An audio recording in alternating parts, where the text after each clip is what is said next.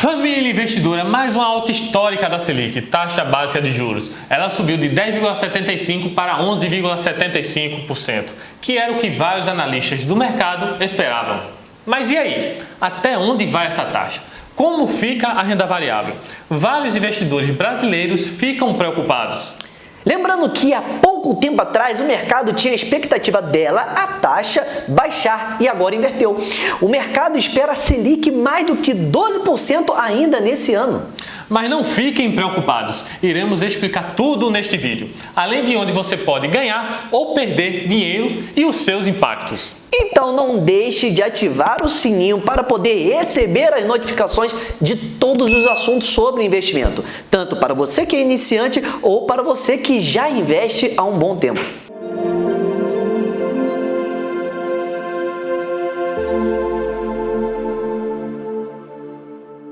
Semanalmente, o Banco Central divulga o Boletim Focus, sendo ele um relatório que resume as projeções do mercado para a economia.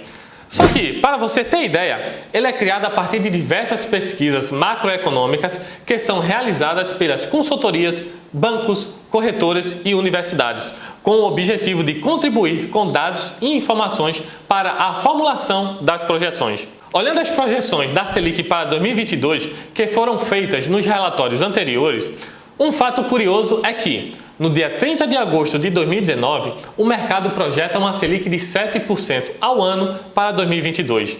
Após um ano, em agosto de 2020, o mercado projeta uma Selic de 4,5%. E um ano depois, em agosto de 2021, a expectativa voltou a subir para 7,5%. E após 2 meses, isso mesmo, somente 2 meses depois, em outubro de 2021, a expectativa do Banco Central dá um salto enorme, subindo para 10,25%, e no dia 18 de março de 2022, a Selic tem uma projeção de impressionantes 13% ao ano. E algumas outras projeções esperam ser próxima de 14%. Mas e agora? O que vai acontecer com o seu dinheiro se a taxa-mãe, a Selic, está subindo muito? Se a taxa de juros está subindo bastante, é normal que os investimentos de renda fixa pós-fixados façam mais sentido. Ou seja, eles vão render bem mais. Há pouco tempo atrás, se você tinha R$1.000 investido, você tinha aproximadamente R$20 de rentabilidade em um ano. Hoje, você teria uma rentabilidade de mais de R$100. Isso é muito mais dinheiro para você.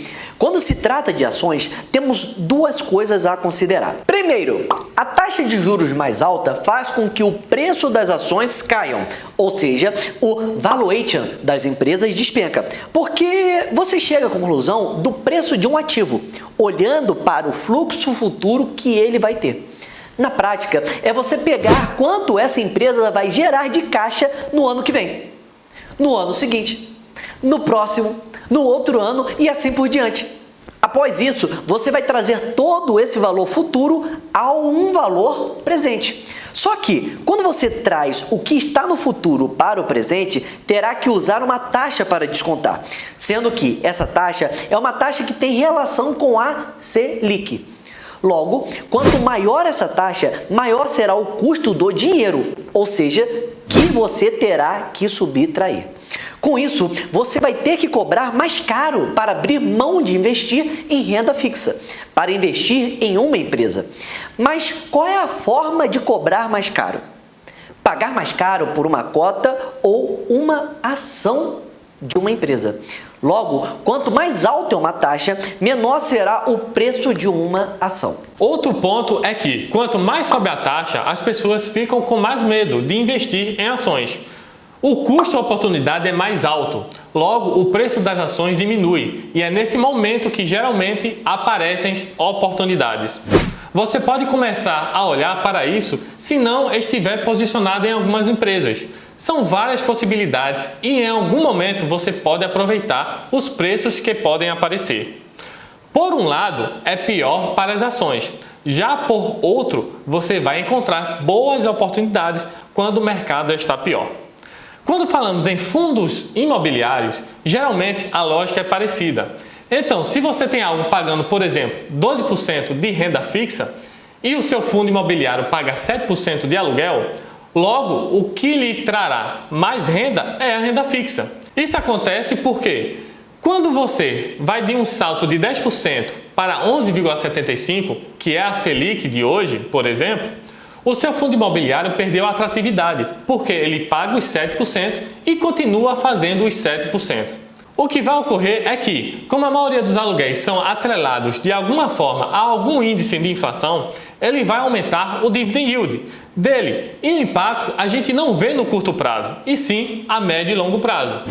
Então, alguém que tem dinheiro investido em renda fixa só vai tirar o seu recurso para investir em um fundo imobiliário se ele for pagar um preço mais baixo do que está sendo negociado. Os preços de fundos imobiliários eles também são muito pressionados. Agora, segundo Guilherme Cadanhoto, analista de renda fixa da Speed, pode ser o momento de você começar a comprar títulos pré-fixados e começar a aproveitar o momento onde, em algum instante, você vai ter uma marcação a mercado dos títulos de renda fixa. E como você investe um título pré-fixado pagando, por exemplo, 12% ao ano e a taxa que ele está atrelado está em 12%, se a taxa cair para 2%, concorda que esse título que você tem, ele vai valer muito.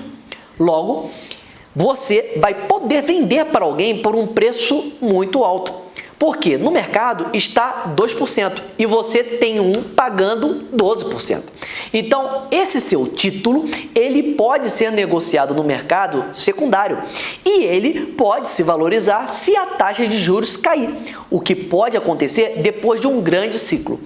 O país aumenta a taxa de juros para conter a inflação, porém, aumentar a taxa de juros diminui o incentivo ao empreendedorismo.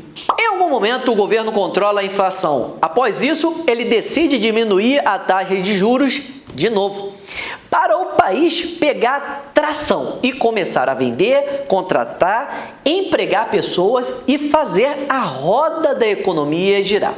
Então, a economia é composta de ciclos. Para explicar como tudo acontece, a gente precisa voltar alguns anos. Vamos para 2020. Veio a crise mais recente que todo mundo já conhece, que foi a pandemia. Muitas pessoas tiveram de ficar em casa trancadas. Infelizmente, algumas delas também ficaram desempregadas. De uma forma geral, o brasileiro teve a sua renda reduzida. Então, a gente passou a ganhar bem menos dinheiro. Muitas pessoas ficaram desempregadas e os governos criaram programas sociais com o objetivo de fornecer amparo para a população que perdeu o seu sustento. Só que esse tipo de incentivo, ele acaba aumentando os gastos do nosso governo. E o que o governo precisa fazer? A solução foi de imprimir mais moeda. Só que isso não aconteceu somente no Brasil, aconteceu no mundo. Por exemplo, nos Estados Unidos, tiveram cerca de 22% de todos os dólares da sua história emitidos na última crise, na pandemia de Covid-19. Então, de 100% de todo o dinheiro, 22% foi emitido na última crise. E o que acontece quando tem mais moeda em circulação e a produtividade do país se mantém a mesma? Com todos esses fatores, acontece a inflação. Mas o que é que o governo precisou fazer para conter a inflação? Ele precisou aumentar a taxa de juros. Com a taxa de juros mais alta, ela cria incentivos para as pessoas investirem menos em negócios e mais nos títulos do governo. Porque, afinal de contas, para que alguém cria uma empresa, se envolva com burocracia, contrate pessoas e tudo mais, só para ter um retorno de aproximadamente 10% ao ano, sendo que a Selic está pagando mais do que isso? Não faz sentido. Então, a partir disso, a expectativa era que o ciclo de alta de juros chegasse em um fim, até começar outra crise. E dessa vez é entre Rússia e Ucrânia. E recentemente as tensões entre a Rússia e a Ucrânia estão muito altas. Muitas pessoas se enganam ao afirmar que a guerra está ocorrendo no outro lado do mundo e não vai atingir o Brasil. Porém, vai atingir e muito. Bastante pessoas não sabem, mas há diversos produtos que a Rússia e a Ucrânia exportam e importam do Brasil. E quando tem guerra desse tipo, a capacidade de produção de um país de produzir é impactado diretamente. Existem 3 principais produtos importados pelo Brasil. O primeiro deles é o trigo. Hoje, a Rússia é o maior país do mundo que exporta trigo. Logo, é praticamente certeza que muitos alimentos irão ficar mais caros. Outro ponto é que essa guerra impacta o Brasil no quesito fertilizantes. Muito pelo fato do Brasil ser conhecido como celeiro do mundo, e com certeza os outros países têm um pouquinho de razão, porque o nosso agronegócio é um dos mais fortes do mundo. Porém, temos um problema. O Brasil importa hoje 85% dos fertilizantes que utiliza, sendo que em 2021, 23% dessas importações foram da Rússia. Em terceiro, a Rússia é o segundo país do mundo que mais produz petróleo e só está atrás dos Estados Unidos. E sabe o que é que isso tem relação com o aumento do preço da gasolina?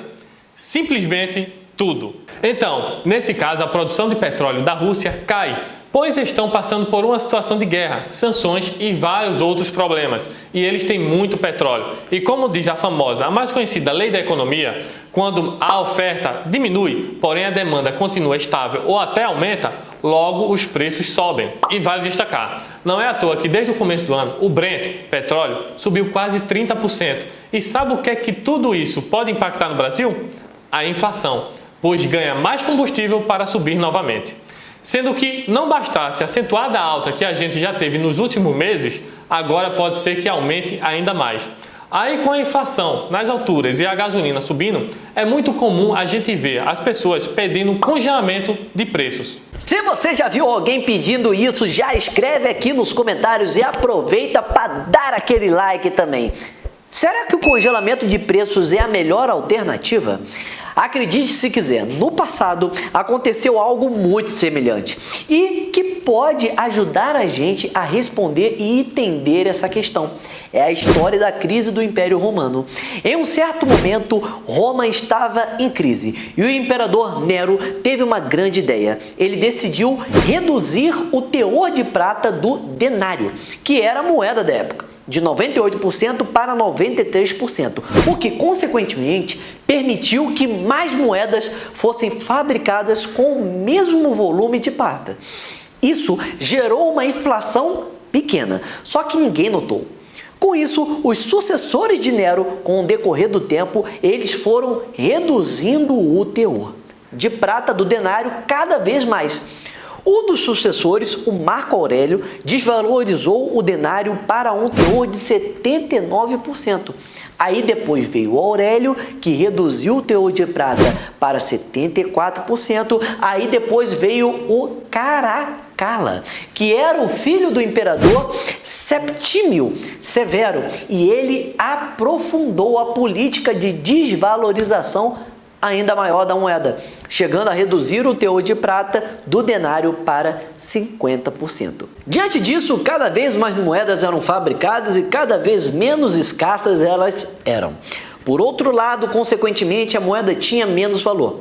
Cada vez mais caras e caros ficavam os produtos. Até que em 301 d.C., quando o imperador Diocleciano estava estruturando o governo, o exército e também economia, ele decretou o famoso Edito Máximo, que era um congelamento de preços. Então, ele estipulou um teto de preços para carnes, cereais, ovos, roupas e em várias outras coisas. Além de instituir pena de morte para qualquer um que vendesse os seus produtos a um preço maior daquele que era estabelecido. E o que é que aconteceu? O que normalmente acontece na economia, ou seja, primeiramente, a escassez de produtos. Não existia mais razão para alguém vender, por exemplo, roupa a 10 denários, sendo que o custo de produção poderá ser maior que esse. Segundo lugar, as pessoas com medo de vender. Como elas não tinham acesso à informação como hoje, as pessoas ficavam com muito medo de estarem descumprindo o decreto se elas nem saberem que podiam morrer. Em terceiro, as pessoas transformando os produtos em outros. Por exemplo, o produtor de leite ia fazer o queijo, já que ele não era tabelado. E assim tinha uma escassez de alguns produtos e outros já estavam em excesso no mercado e ainda ficavam mais inflacionados. O Paulo Guedes disse que não vai ter congelamento de preços, Mas será que vai ter pressão, por exemplo, dos caminhoneiros para controlar o preço do combustível? Novas greves? Enfim, é muita informação e bastante coisa que pode ocorrer. Com certeza deve ser difícil liderar o país neste momento, mas quero saber de vocês. O que vocês acham que vai acontecer? Escrevam nos comentários. E lembrando, se inscreve no canal e ativa as notificações para vocês serem avisados de quando lançarmos mais um conteúdo aqui no nosso canal. Até a próxima. Mas não iremos... Que isso, cara? Cagou tudo. Cagou tudo. Me dão licença, eu vou cagar. Passou. É um dos... Que é? Caros. Caralho, olha como é que ele é filho da puta. Cada vez mais caras e caros. Ou seja, Tem mais o quê? ele trava a língua. Não. Cada vez mais caras e caros. Cada vez mais caras e caros. Cara, é uma cacofonia isso daí. Que viagem é essa, velho?